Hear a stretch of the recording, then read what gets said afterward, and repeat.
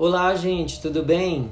Aqui é o Herbert Aurélio, professor de literatura, e hoje, como eu acabei de mostrar para vocês, a gente vai comentar um pouquinho, sobre o enredo dessa obra fantástica, magnífica, que é a obra do Joseph Conrad, chamado O Coração das Trevas. É uma obra assim que a gente sai impactado, pela leitura, e ela nos faz refletir sobre a própria condição do ser humano. Em várias vezes eu me senti incomodado pela leitura por alguns aspectos que o próprio narrador, que a gente vai tentar levantar aqui, durante a nossa live, ele traz no enredo, na hora que ele vai contando a história em si, tá? E aí, se você não pôde participar, eu vou deixar essa live gravada no meu Instagram, chamado Livros do Aurélio. Provavelmente também eu estarei inserindo esse vídeo no meu canal do YouTube, chamado Literatura com o Professor Aurélio, porque eu também tenho um canal, ainda é coisa bem amadora, mas aí eu vou gravando esses vídeos, porque se alguém tiver precisando de bastante informação dos livros que eu tenho gravado, já está lá registrado, para ajudar e facilitar. Enfim, então, para a gente não perder muito tempo, eu vou pegando alguns aspectos da obra. Não dá para eu comentar tudo. A obra, para você conseguir entender ela como um todo, seria interessante se você a lesse. Eu vou pegar alguns pontos bem pontuais dentro da obra, coisa mesmo bem por cima, do enredo em si, e de alguns aspectos assim que me chamaram a atenção, que faz essa obra ela ser considerada fantástica, magnífica, segundo o meu ponto de vista. Mas você lendo, eu tenho certeza que você também vai concordar comigo, porque essa obra ela é muito boa mesmo, beleza? E aí, só mais uma coisa, como eu falei, vai ficar gravado, você pode deixar perguntas aqui embaixo, certo? Aqui embaixo do vídeo, e assim que possível eu respondo, tá? Sobre alguma coisa, alguma curiosidade, alguma coisa que não ficou muito clara. É até um feedback para que eu possa melhorar e também para eu saber, como que você avalia o livro, como é que você avaliou, qual foi a sua percepção sobre o livro, entenderam? É isso. Então, eu tô com minha colinha aqui, para eu não me perder, na verdade. E aí eu vou seguir essa sequência que eu coloquei aqui na minha colinha para a gente poder ir discutindo aí sobre o Charlie Marlowe e a obra O Coração das Trevas. Então, o narrador ele é chamado Charlie Marlowe, ele é um marinheiro. A princípio, ele vai contar um pouquinho de história da vida dele, coisa bem rápida logo no início do romance, do enredo da obra. E aí é bem interessante que logo no início ele comenta que um dos sonhos dele quando ele era criança era esse sonho de viajar, essa coisa de desbravar mares, de chegar a pontos distantes do globo e por aí vai. É interessante que logo no início ele pontua que ele tinha um mapa, e aí nesse mapa, num determinado dia, ele colocou o dedo, meio que sem querer, vamos dizer assim, num ponto específico do mapa, e aí ele disse que queria chegar naquela região onde ele colocou o dedo. E adivinha qual era a região? O Congo. Uma região da África que a gente sabe, quando a gente estuda em história, não só essa região, mas em outras localidades da África, os europeus por muito tempo, e eu acredito que até hoje, eles fazem eles retiram essas riquezas que tem lá no continente africano. Então isso é muito forte. Essa obra ela retrata um pouco o que foi a colonização, não só ela, claro, evidente, é óbvio, mas ela retrata um pouco do que a colonização ela causou, o rastro de destruição que essa colonização ela causou em terras africanas. E aí, como eu falei para vocês, ele acaba então colocando o dedo nesse ponto específico do mapa, e ele disse que ele queria chegar lá, ele queria chegar a essa região. E aí, quando ele se tornou marinheiro, de fato, ele conseguiu concretizar esse sonho, que era chegar a essa região distante da Europa, que é o Congo, ok? E aí, continuando aqui na sequência, é bem interessante que antes de ele entrar, né, de ele realmente chegar a esse ponto específico, ele chegou... Boa noite, Adriana. Guilherme, tudo bem? Estou falando aqui do livro Coração das Trevas, eu acho que vocês já ouviram falar. E aí, no finalzinho, eu vou tirar alguma dúvida caso vocês tenham, né? Se vocês ficarem até o final, claro. Se não, vou deixar gravado a live, como eu tinha falado no início. E aí, vocês depois podem colocar algum comentário lá embaixo do vídeo e por aí vai. É isso. E aí, voltando então para a história. Então, o Charlie Marlowe, o desejo dele era chegar a essa região do Congo, né? Essa região afastada, distante da Europa. É bem interessante que a obra ela pontua essa questão mesmo da colonização, né? Que a gente sabe que aconteceu, a gente estuda em história, a gente sabe que aconteceu essa problemática toda envolvendo a Europa, né? Chegar lá no continente africano. Verdade, Guilherme, um livro que eu tô apaixonado, eu tô assim incomodado, né? Todas as vezes que eu leio esse livro eu fico incomodado. E aí, boa noite. E aí, a Europa, né, ela chegou nessa região, nesse continente africano e destruiu. E aí, antes do Charlie Marlowe ele chegar até o Congo, claro que ele precisava conseguir o trabalho, né? É bem interessante. Ok, Adriana, beijos. É bem interessante que logo no início ele conseguiu a ajuda da tia, né? Através de favores. Ele conseguiu a ajuda da tia para conseguir trabalhar numa empresa que pudesse, através da exploração ou através até mesmo de outros meios legais, vamos dizer assim, chegar à África e ele concretizar esse sonho dele que era chegar lá no Congo, né? E aí ele conseguiu esse propósito, ele conseguiu concretizar e aí logo na sequência... ele antes, né, a gente sabe que antes de você entrar numa empresa, você precisa passar pelo processo chamado de exame admissional. Aí tem um momento bem interessante na obra que ele vai, né, antes de ele realmente entrar como funcionário dessa empresa europeia, né, para poder chegar ao Congo, ele vai fazer um exame admissional. Gente, é muito interessante esse exame porque quando ele chega lá para ser examinado, o médico, uma das coisas que o médico faz é examinar o crânio dele. Eu lendo essa obra, né, quando eu cheguei nessa parte, eu lembrei do César Lombroso. Eu não sei se vocês já ouviram falar do César Lombroso. Ele é uma espécie de estudioso, né, da área do direito. Ele estudou também essa questão do crânio, né, essa questão envolvendo... como é a palavra? Envolvendo homicídio, né, envolvendo crime. E aí, segundo ele, né, segundo César Lombroso, ele dizia que algumas pessoas que enveredavam pelo caminho do crime, elas tinham tendência a apresentar o crânio ou o cérebro de um determinado tamanho.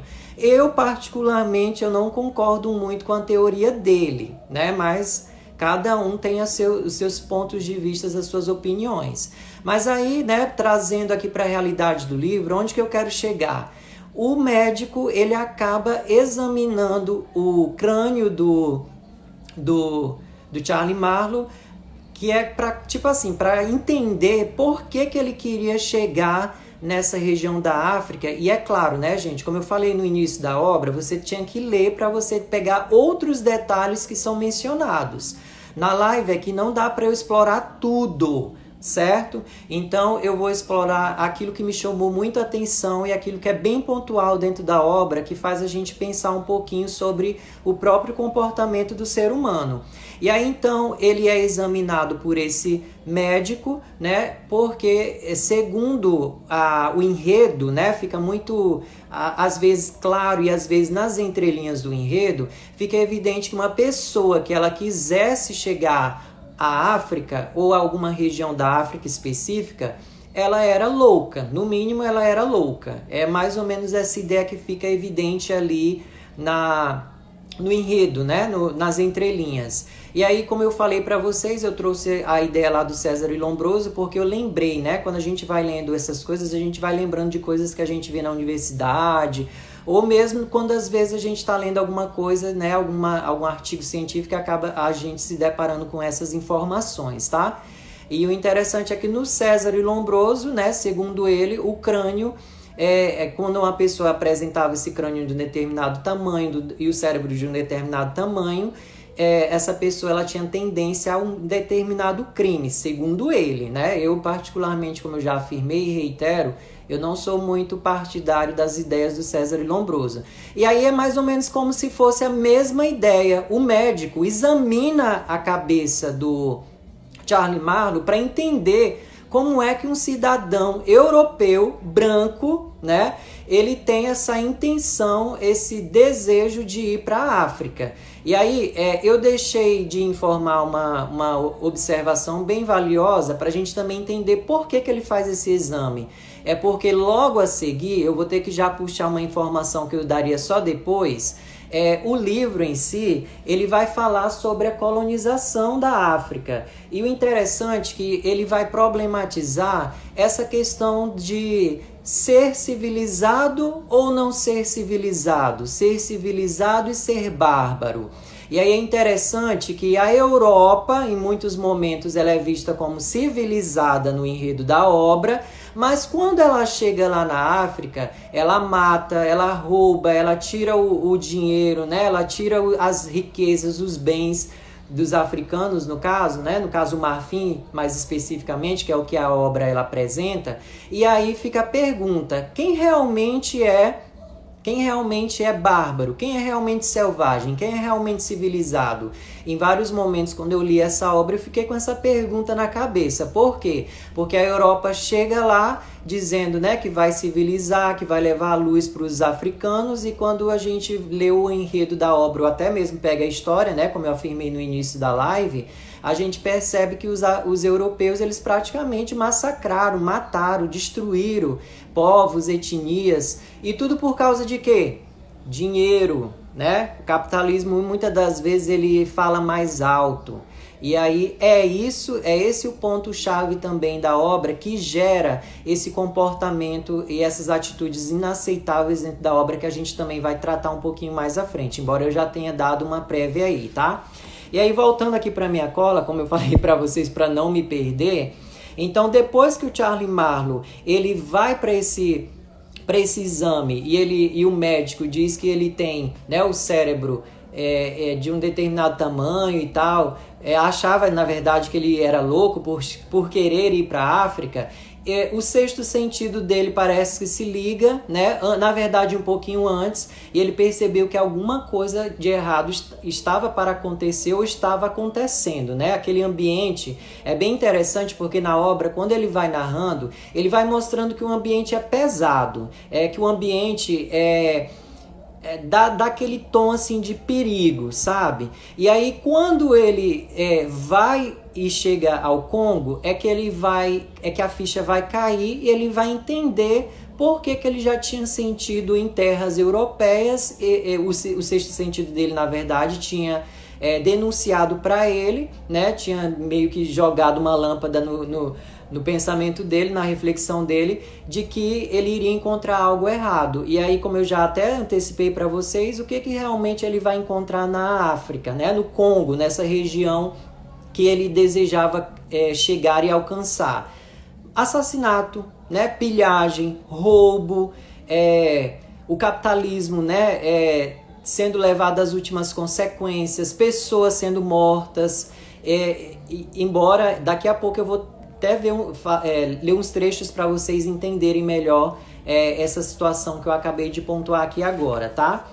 E aí, voltando aqui, é interessante, eu gosto muito dessa obra, ela é magnífica porque o narrador é uma coisa assim, dessa obra sensacional, porque ele faz várias críticas, ele faz várias ironias, não só ao comportamento do próprio ser humano, mas ele faz crítica à Europa, né? Faz crítica ao comportamento do ser humano, como eu falei para vocês, e faz crítica a essa ideia daqueles opostos, né? Que eu falei para vocês, de civilizado e do outro lado selvagem. O civilizado é aquele que não tem conhecimento algum.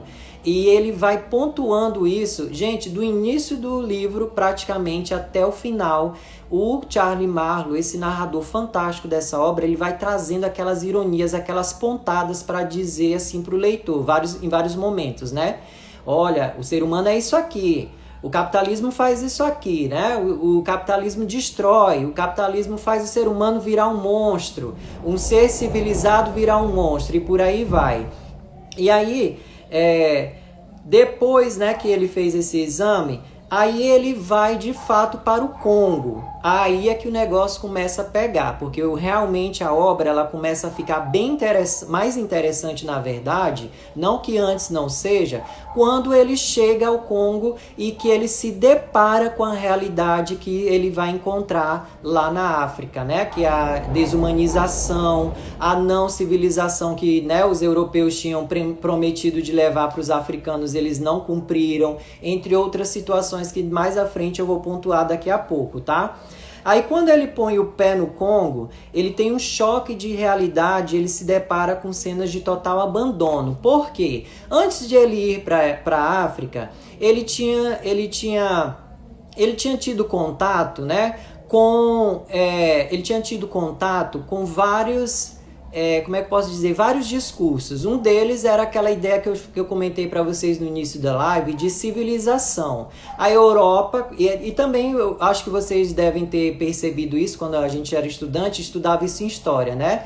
O que acontece? A Europa, ela sempre teve essa ideia de levar a luz, de levar o conhecimento a povos distantes dos europeus. E aí ele teve esse contato com esse discurso, e aí ele achava que isso era as mil maravilhas, né? Embora, como eu apontei para vocês no início da obra, ele vai já trazendo ironia para criticar essa ideia também, tá?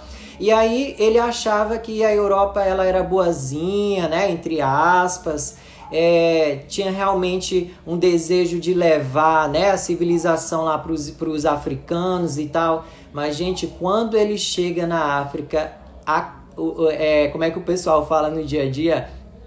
Na verdade, essa expressão, né, a ficha dele cai. Por quê? Porque ele se depara com cenas de total abandono, cenas de negro sendo maltratado, negros praticamente morrendo de fome, negro tratado como se não fosse nada. E aí lembrando que a gente está falando de um ser humano, né? Mas a obra, ela vai problematizar essa situação da Europa que praticamente destruiu a cultura dos africanos, escravizou-os e ainda achava que estava fazendo um benefício para eles, né? Essa é uma outra ideia que fica no enredo, nas entrelinhas da obra. Você vai lendo, você vai percebendo isso. Aí tem um trechinho bem interessante que quando ele chega lá na África, ele se depara... Gente, olha a cena, preste atenção na cena e na descrição do Charlie Marlowe relacionado ao que ele testemunha em relação à situação de total abandono e miséria e também, né, de maus tratos em relação a um outro ser humano que é os próprios negros, né, vamos dizer assim, tá? Aí, quando ele chega lá, o trecho diz bem assim, deixa eu só ver aqui porque eu acho que eu marquei errado, só um momentinho. Ele diz bem assim, na verdade, ele teve um contato com um europeu, né, um branco. Gente, na cena, eu vou ler para vocês, mas eu já vou dar uma explicação para vocês entenderem o contexto. Tem um trabalhador, né, contador, era a palavra que eu estava tentando lembrar, que faz esse trabalho de mexer com dinheiro, de ver como é que estão as finanças ali, né? Lembrando que eles estão no Congo. E aí, esse personagem europeu, ele tá todo impecável. Pensa, naquele clima quente, né? Naquele clima, como é o clima nosso do Brasil, né? Principalmente região norte e nordeste. E aí o cara tá todo impecável, da ponta do cabelo aos dedos dos pés, o cara tá todo impecável, né? Com sapato engraxado, com cabelo, né? Passado gel, a roupa engomada. E aí aquilo destoa de uma situação que ele presencia e ele fica chocado. Qual é? Ali, do lado ali, né, da cabana onde esse branco estava, se encontravam negros, e esses negros, eles estavam, tipo assim, a Deus dará, né? Eles estavam praticamente sendo humilhados, porque eles não eram mais considerados, como é que diz a palavra? Operantes, mas tem uma outra palavra, tô tentando lembrar, mas eu esqueci. Eles não são considerados mais úteis, é essa palavra. Eles não são considerados mais úteis, né? E aí, esses negros, eles praticamente foram abandonados. Aí tem negro jogado no chão, né? Passando fome, tem negro ali morrendo de cansaço, enquanto o cara lá tá todo bonitão, todo arrumado, em relação àqueles seres vivos, aqueles seres humanos que não eram considerados nada. Ele diz bem assim, eu vou ler trechos bem curtinhos só para vocês terem uma noção e terem uma percepção melhor do que o Charlie Marlowe, esse narrador, ele pontua e ele critica em relação a essa colonização, essa falsa moralidade, essa falsa colonização da Europa em terras africanas. Ele diz bem assim, não me interessava mais passear à sombra e tratei de apressar o passo na direção do posto.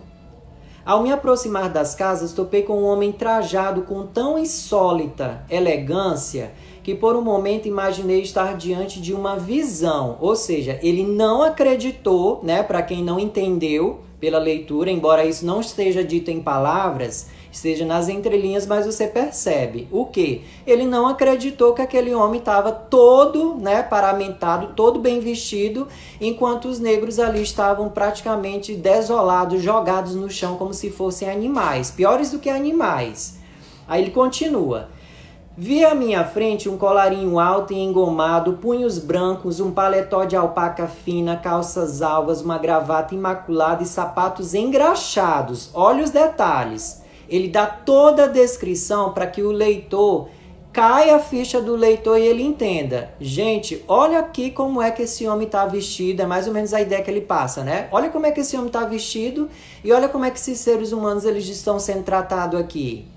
Né? Isso é um absurdo. Ele não fala isso com palavras, mas você lendo o texto você percebe como se ele estivesse dizendo assim, gente, isso é um absurdo, isso não pode acontecer. Aí ele continua. O chapéu era inexistente, o cabelo partido, escovado e untado. Debaixo de um guarda-sol forrado de verde, seguro por uma mão branca e grande. O homem era assombroso e trazia uma caneta atrás da orelha. Apertei a mão desse milagre, olha a ironia já, né? Apertei a mão desse milagre personificado e fiquei sabendo que se tratava do contador-chefe da companhia e que todo o serviço de contabilidade era feito naquele posto. Ele havia saído por uns instantes, explicou-me, aí abre aspas, né? Entra a fala dele, para tomar um pouco de ar fresco. Olha como o narrador, né, reproduz a fala do homem para criticá-lo, né? Tipo assim, para tomar um pouco de ar fresco, né? Como se nada tivesse acontecendo e ali a miséria, a opressão reinando naquele lugar.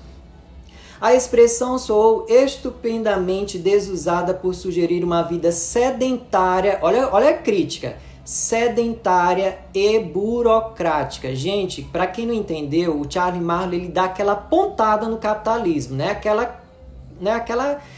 Aquele ataque, né? Olha de novo as palavras. Sugerir uma vida sedentária e burocrática. Ou seja, muita gente vive como esse homem e não faz praticamente nada. Não é à toa que às vezes você vai em repartição pública, o povo tá ganhando bem, né? E às vezes para não fazer nada, né? Entre aspas. Beleza?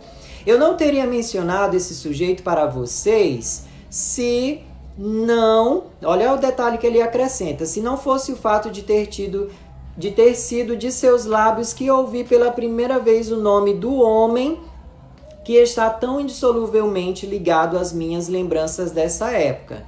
Além do mais, sentir respeito pelo homem. Isso mesmo, respeito pelo seu colarinho, seus punhos largos, seu cabelo escovado, sua aparência era inegavelmente a de um manequim de loja. Olha a ironia de novo, né? Eu acho o Charlie Marlowe fantástico por causa das ironias que ele traz no enredo. Essa é só uma delas. Aí ele fala, né? A de um manequim de loja, mas em meio à grande desmoralização reinante no lugar, ele tinha sabido manter a linha. Ou seja, de novo ele fecha com outra ironia, com outra pontada, né? Dizendo assim para o leitor que tá aí, né, só achando que é uma historinha boba. Ó, leitor, o cara tá impecável, tá perfeito, tá bonitão e tem seres humanos bem aqui do lado dele morrendo, sendo massacrado, oprimido, sem remédio, né, para tratar as suas feridas, porque tinha negros feridos, sem comida. E aí, essa é uma das críticas, né, que ele faz no enredo da obra, tá? E aí, caminhando mais um pouquinho, depois que ele se depara com essa cena, ele fica totalmente chocado, né? Porque ele não entendeu por que aquela situação estava acontecendo daquele jeito. É claro que a ficha também dele, né? A gente tem que pontuar isso, vai sempre caindo. Embora o sexto sentido dele, lembra que a gente já apontou lá no início da live, o sexto sentido dele já avisava, olha, tem alguma coisa errada aí, né? Esse ambiente, ele não é um ambiente assim muito tranquilo. E aí ele se depara com isso. Olha a cena dos negros, presta atenção. Escuras formas, enquanto o cara lá estava todo bonitão, todo vestido, olha como é que os negros estavam. Escuras formas jaziam ali acocoradas, deitadas ou sentadas no meio das árvores, encostadas em seus troncos, grudadas à terra, meio visíveis, meio ocultas pela penumbra, em várias atitudes de dor, desamparo e desespero. Houve uma nova explosão no alto do penhasco, seguida de um ligeiro tremor do solo sob os meus pés. O trabalho continuava. Trabalho. Aí ele pontua, né? Ele repete a palavra trabalho. O leitor que não presta atenção não sabe o que ele quis dizer, mas você lendo com atenção, você percebe que ele joga aquela ironia sutil, né? Como se ele estivesse dizendo assim, né? Quando ele repetisse a palavra trabalho. Era realmente trabalho? Né? Aquela forma de lidar com aqueles seres humanos, aqueles negros, era realmente trabalho? E aí ele continua, e ali era o lugar onde se tinham recolhido alguns dos trabalhadores para morrer. Aí reticências, ele fecha o parágrafo. Aí no próximo parágrafo ele reitera a informação que ele já tinha dado para o leitor, mas com outras situações, presta atenção. Eles estavam morrendo aos poucos, isso era evidente. Não eram inimigos, não eram criminosos. Ele usou essas duas palavras, inimigos e criminosos, porque quem leu a obra vai perceber, deve ter percebido, que ele repete essas palavras em outros momentos. Por quê? Porque quando os negros, é bem interessante isso, eu acho que era uma coisa que eu ia falar mais à frente, mas eu já vou falar logo agora. Quando os negros eles são úteis, eles são chamados de trabalhadores. É bem interessante.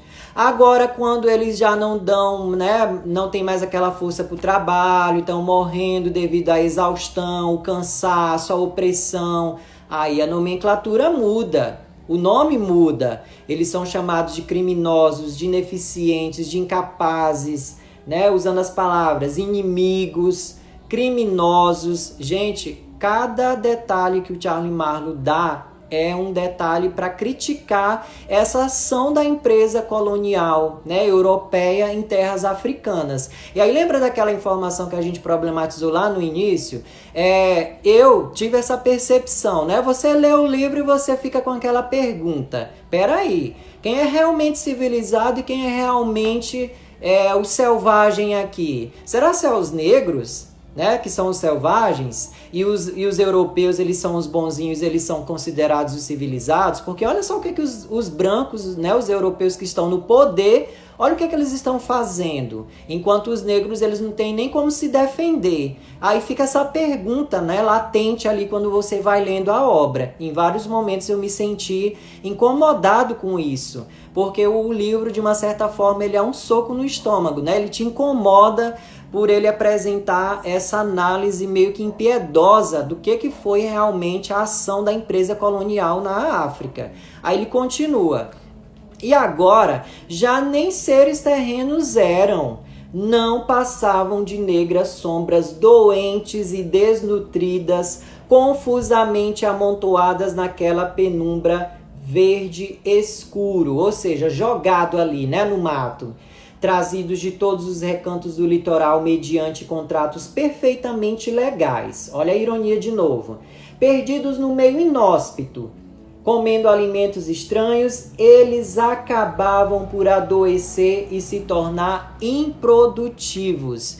E aí eu vou cortar aqui, né, por causa do tempo, para a gente pegar outras situações que ele apresenta no desenrolar do enredo. Mas só por esses trechinhos que eu acabei de ler, vocês já devem ter percebido como que é essa crítica, né? Como o Charlie Marlowe ele faz essa crítica a essa ação, né, dos ditos civilizados, né, que são os europeus em relação aos negros africanos, que, como vocês mesmos perceberam e testemunharam aqui, eles são considerados criminosos, né, eles são considerados, qual é a palavra que ele usou? Até esqueci aqui. Criminosos, né, inimigos, incapazes e por aí vai.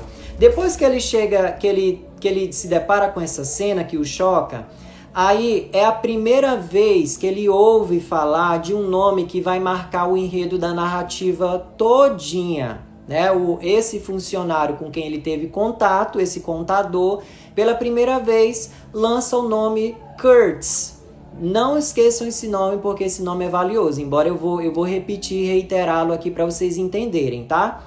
Na verdade, eu já vou logo dar a explicação. Quem é o Kurtz? Que é a primeira vez que o Charlie Marlowe ouve. O Kurtz nada mais é do que um daqueles funcionários exemplares. Lembra da informação que a gente já tem e a gente já jogou aqui, né, para ficar gravado? O Charlie Marlowe estava trabalhando para uma empresa europeia, ele foi para o Congo, e aí ele foi para o Congo para quê?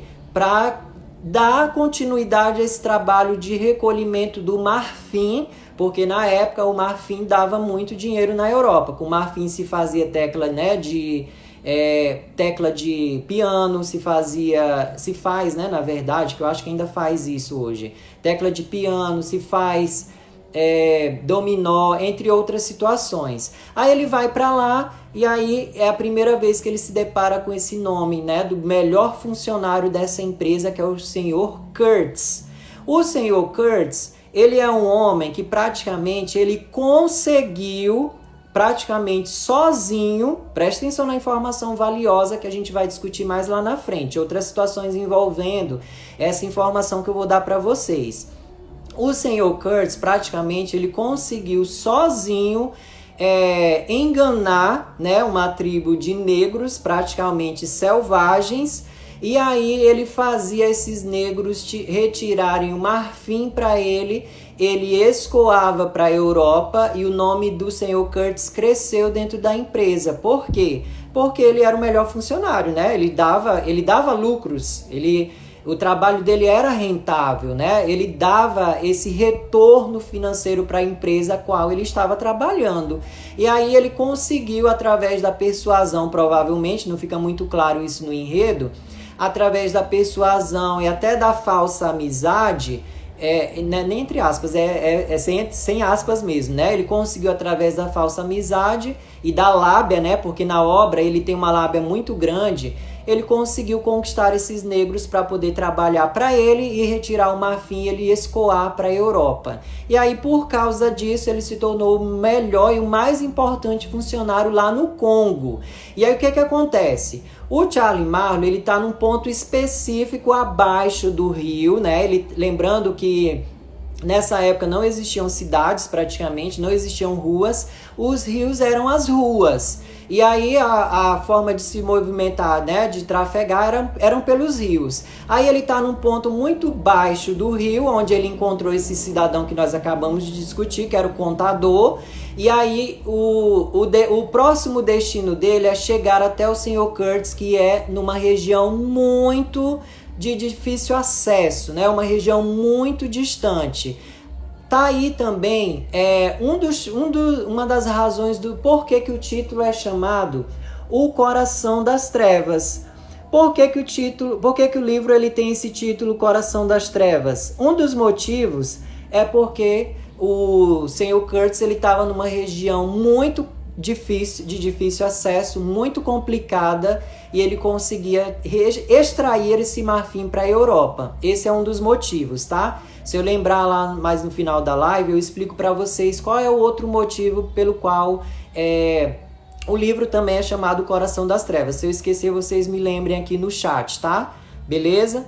Aí tá, dando prosseguimento, ele então decide subir ao rio para encontrar o Sr. Kurtz, porque é interessante porque até ele de fato encontrar o Sr. Kurtz, o tempo todo Charlie Marlowe ele vai ouvindo esse nome. As pessoas sempre vão falando, olha, o Sr. Kurtz é isso, o Sr. Kurtz é aquilo, o Sr. Kurtz fez isso e por aí vai. E aí o nome desse homem ficou, né, ecoando no ouvido do Charlie Marlowe. Ele ficou com aquele ponto de interrogação. Peraí, quem é esse homem?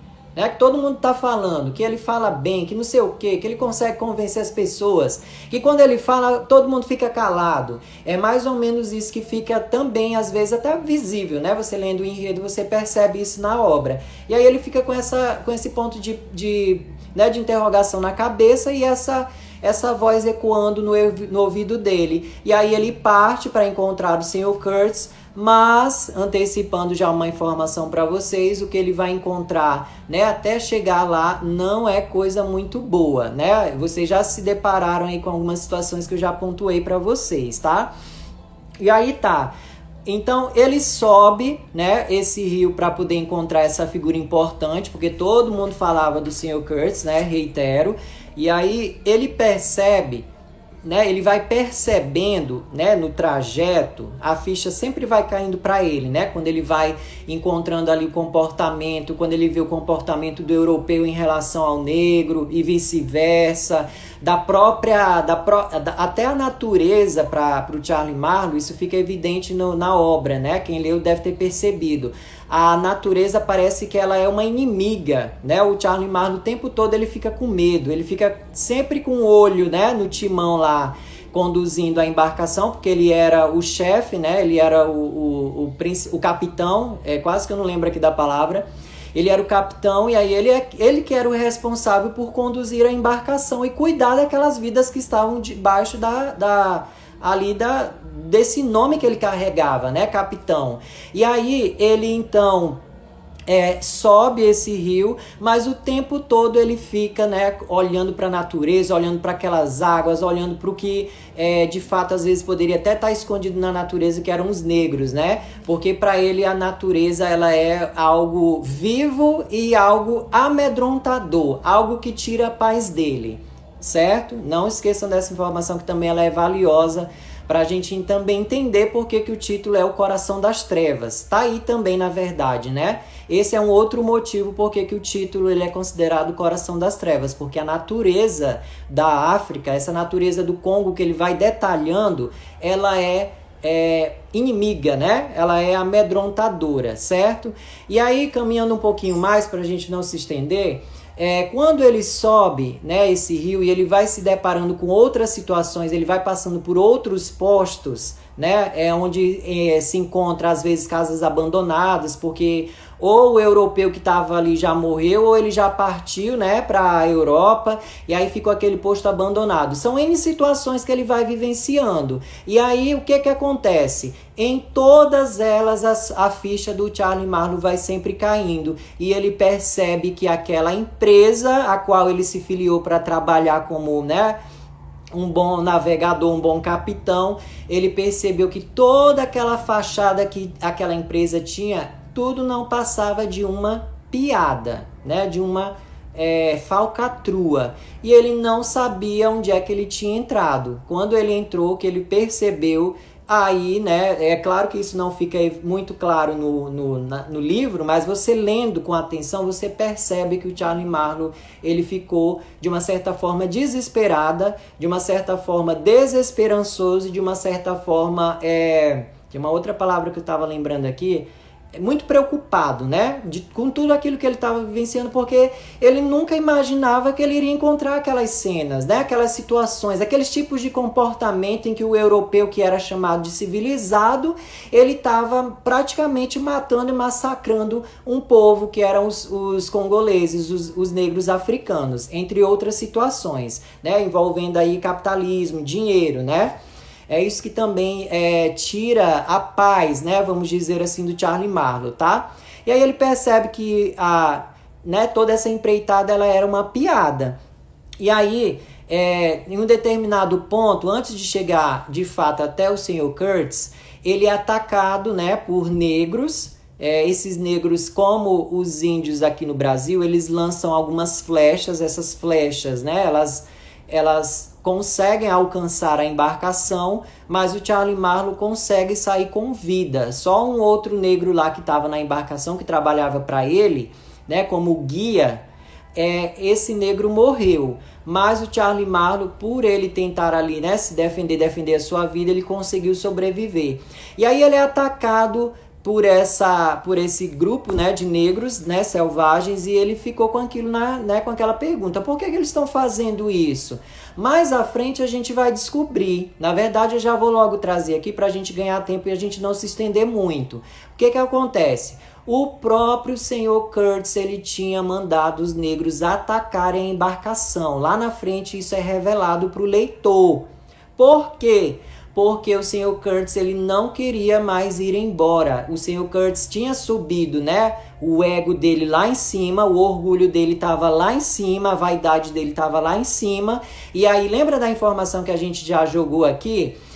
O Sr. Kurtz, ele era considerado o melhor funcionário praticamente da empresa. Era ele que dava dinheiro. Ele era o exemplo de funcionário rentável, né, para a empresa capitalista europeia.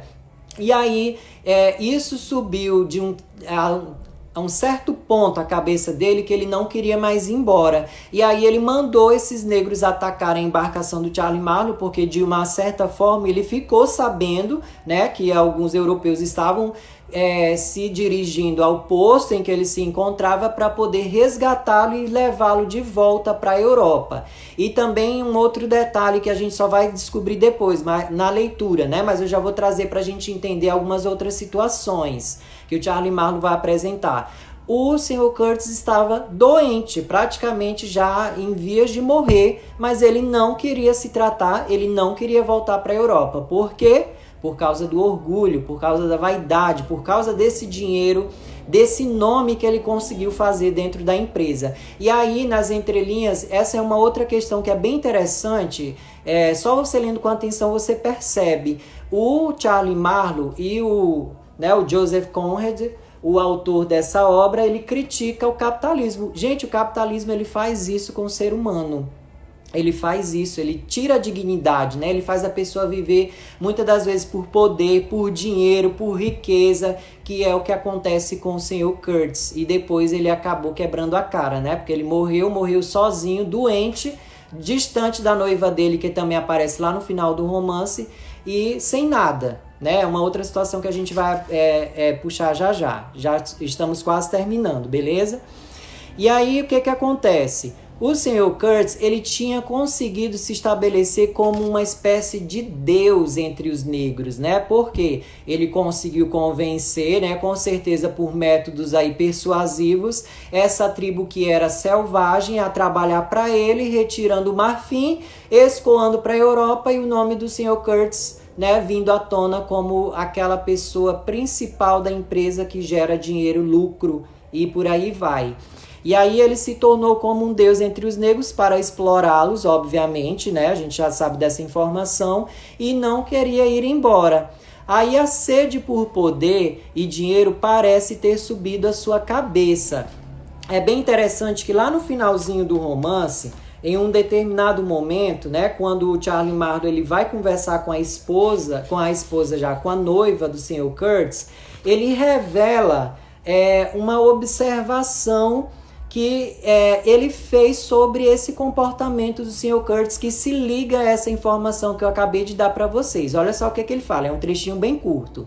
Ele diz bem assim, ó: fiquei sabendo que o seu noivado com Kurtz, né, ele está conversando com a ex-noiva do Sr. Kurtz, né, ele já tinha morrido. Aí eu só trouxe logo esse episódio lá da frente para a gente entender aquilo que eu acabei de jogar aqui para vocês, tá? Fiquei sabendo que o seu noivado com Kurtz não tinha tido a aprovação da família dela. Olha a informação. Ele não era bastante rico ou coisa parecida. E, na verdade, não estou muito certo de que ele não tivesse sido pobre a vida inteira.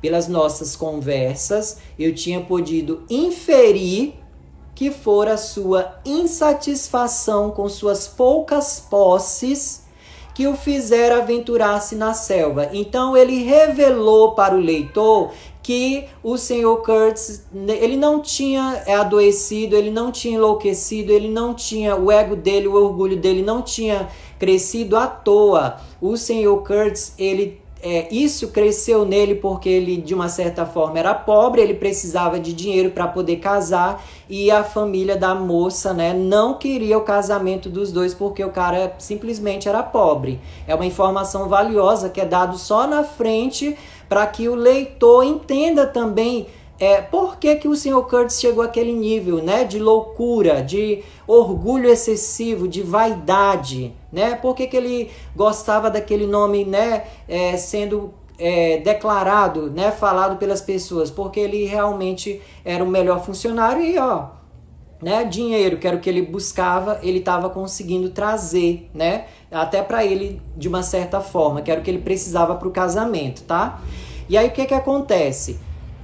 Antes então do Sr. Kurtz morrer, Marlowe ele faz uma análise profunda do que descobriu pelo comportamento de Kurtz. Essa cena, gente, ela é valiosa dentro da obra, né? Você vai ler essa obra, não pode pular essa cena de forma alguma.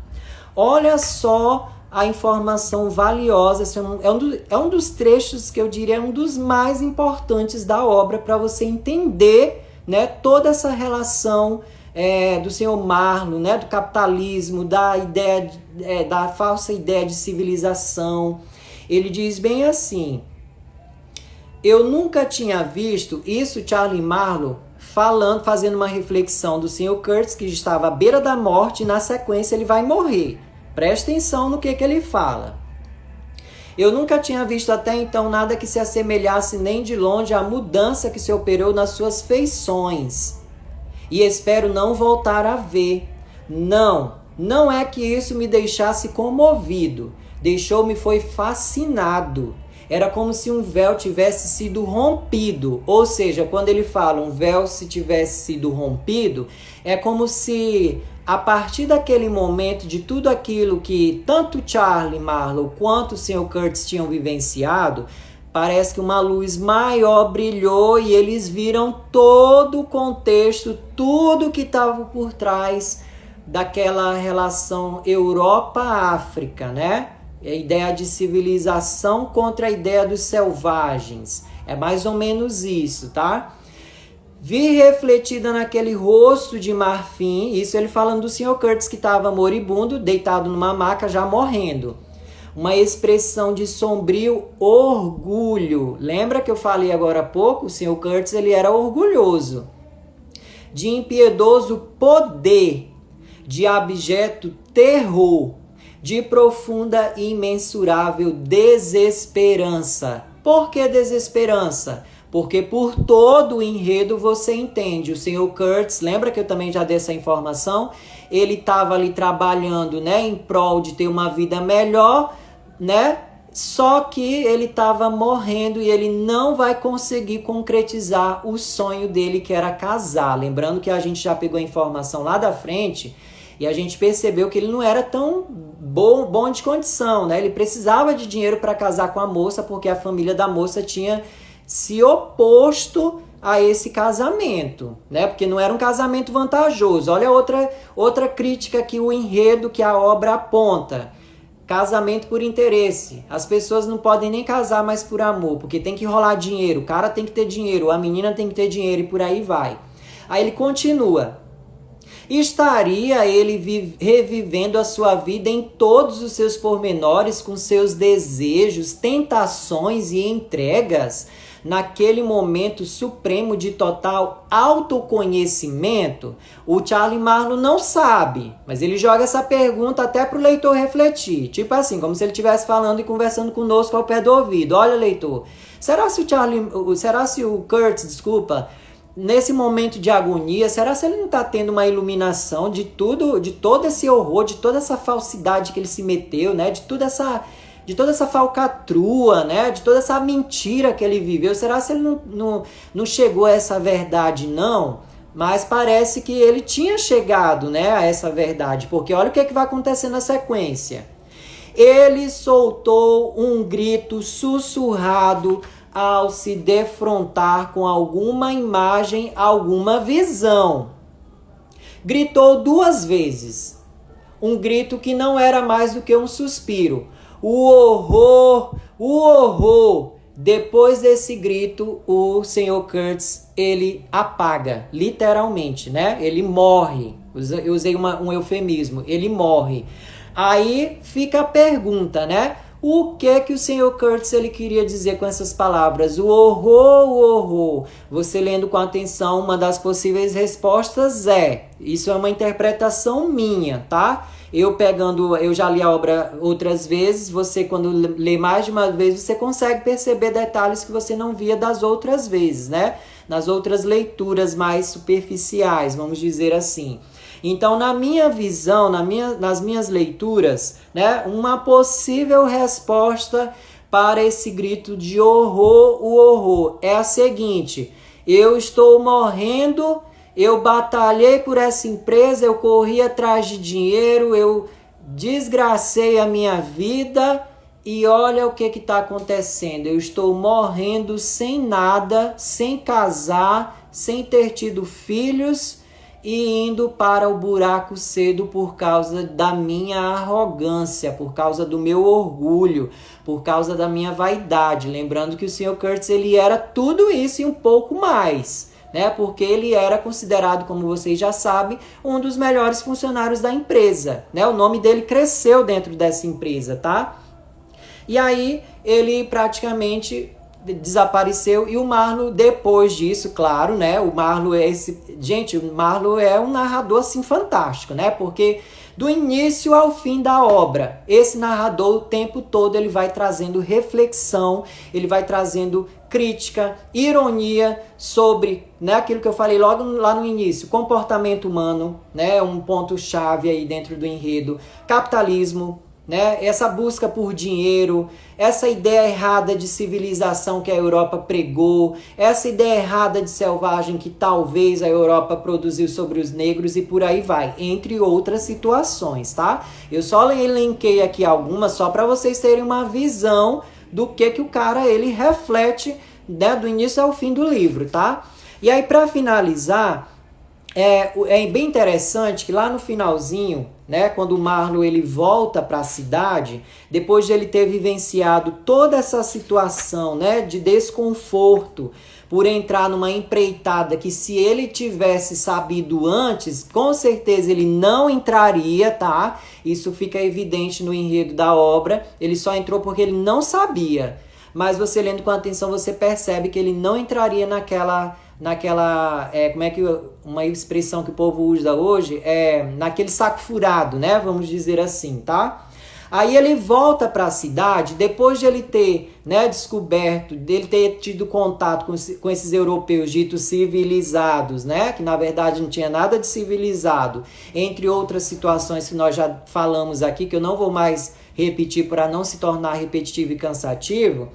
Ele passa a observar as pessoas, né, indo de um lado para o outro, vivendo a sua vida mesquinha, e olha a reflexão que ele faz. Ele diz bem assim: não, eles não me enterraram. Embora tenha havido um período do qual me lembro de uma forma nebulosa, ou seja, né, que não é muito claro, com espanto e horror, como de uma passagem por um mundo inconcebível, onde não havia esperança nem desejo. Achei-me de volta à cidade sepulcral. Gente, olha essa metáfora que ele usa, cidade sepulcral. O que é um sepulcro? Um sepulcro é onde você joga corpo. E ali, né, depois de um certo tempo, fica aquele fedor horrível, porque o corpo se decompõe. É um processo natural. E aí, quem é que vai querer ficar perto de um sepulcro? Ninguém em sua, né, sanidade aí mental vai chegar próximo de um sepulcro e cheirar aquele, tentar, né, sentir aquele fedor que é produzido. E aí ele usa essa metáfora para dizer bem assim para o leitor que está perdido, né, que não entendeu nada. E não entendeu por que ele usou a metáfora. Olha, eu estou vivendo aqui entre vivos, mas esse povo está vivendo uma vida de morto. Porque a vida que eles levam não é uma vida de gente, né, considerada sã, né? Não é uma vida de gente considerada muito racional e por aí vai, entre outras situações, tá? Vocês devem ter entendido. Aí ele continua: achei-me de volta à cidade sepulcral, ressentindo o espetáculo das pessoas a andar afanosas pelas ruas na pressa de surrupiar dinheiro umas das outras, de engolir sua comida infame e sua maldita cerveja, de sonhar seus sonhos mesquinhos e idiotas. Elas invadiam meus pensamentos. Gente, olha o que ele fala. Elas invadiam meus pensamentos. Eram intrusas, cujo conhecimento da vida não passava para mim de uma irritante pretensão, porque eu tinha certeza de que lhe seria impossível saber as coisas que eu sabia. Aqui o orgulho também do Marlon gritou um pouco, né? Mas eu concordo com tudo que ele falou, né? Olha o finalzinho. Porque eu tinha certeza de que lhe seria impossível saber as coisas que eu sabia. Ou seja, ele está dizendo bem assim para o leitor: esse povo está vivendo aqui, mas eles estão vivendo uma vida totalmente mesquinha, totalmente errada, né? Porque eles só vivem em função de dinheiro, em função de bens materiais, né? De casamento por interesse, entre outras situações. E aí elas são alienadas, enquanto eu, né, fui para a África, sou uma pessoa inteligente, né, tem isso também por trás, né, do que ele fala aqui. Sou uma pessoa inteligente, eu não sou uma pessoa totalmente alienada assim como esse povo. Eu saquei, né, o que é a civilização de verdade, o que é o povo europeu de verdade. É tudo isso aqui, esse povo vivendo uma vida, né, normal, entre aspas, mas não tem nada normal, porque eles são tudo mesquinhos, são tudo egoístas, né? São tudo egocêntricos, só pensam neles, enquanto lá do outro lado do mundo, né? Lá numa outra região afastada da Europa, seres humanos estão sendo jogados, maltratados, oprimidos, para que esse povo, bem aqui, ele tenha roupas de luxo, eles vivam suas vidas mesquinhas, suas vidas egoístas e por aí vai. É essa reflexão que eu acho fantástica que ele joga, né, no enredo da obra, porque você fica chocado com as ironias e com as críticas, às vezes, nem tão sutis, né, às vezes de forma desbragada, de forma muito clara para o leitor. O Charlie Marlowe, que na minha visão é um dos melhores narradores, né, que eu já encontrei desse livro. O Charlie Marlowe, ele apresenta essa realidade para o leitor, né, de opressão, de miséria, de alienação, de própria burrice do ser humano.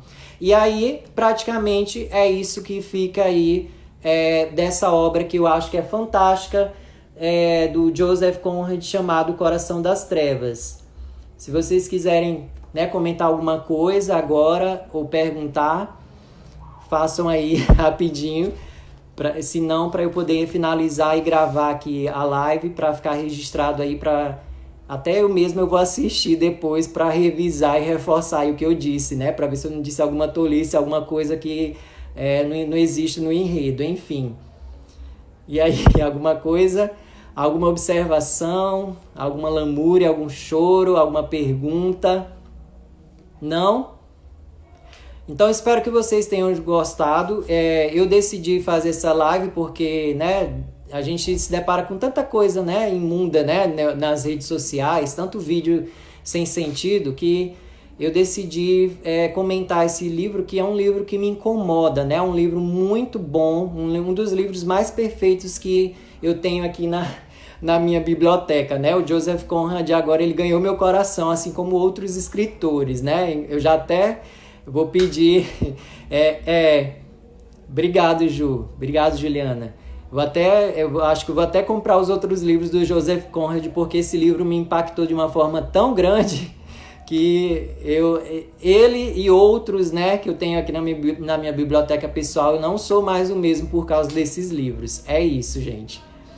É isso. Então, espero que vocês tenham gostado. Vou deixar gravado. Vocês podem, né, aí embaixo do vídeo, postar comentários depois de assistirem, né, com mais calma em casa, revisarem as informações que eu dei, e também vocês podem colocar questões lá, tá? De alguma coisa que você queira que seja esclarecido, que não ficou muito claro, tá? Pela live, pela explicação aqui, tá bom?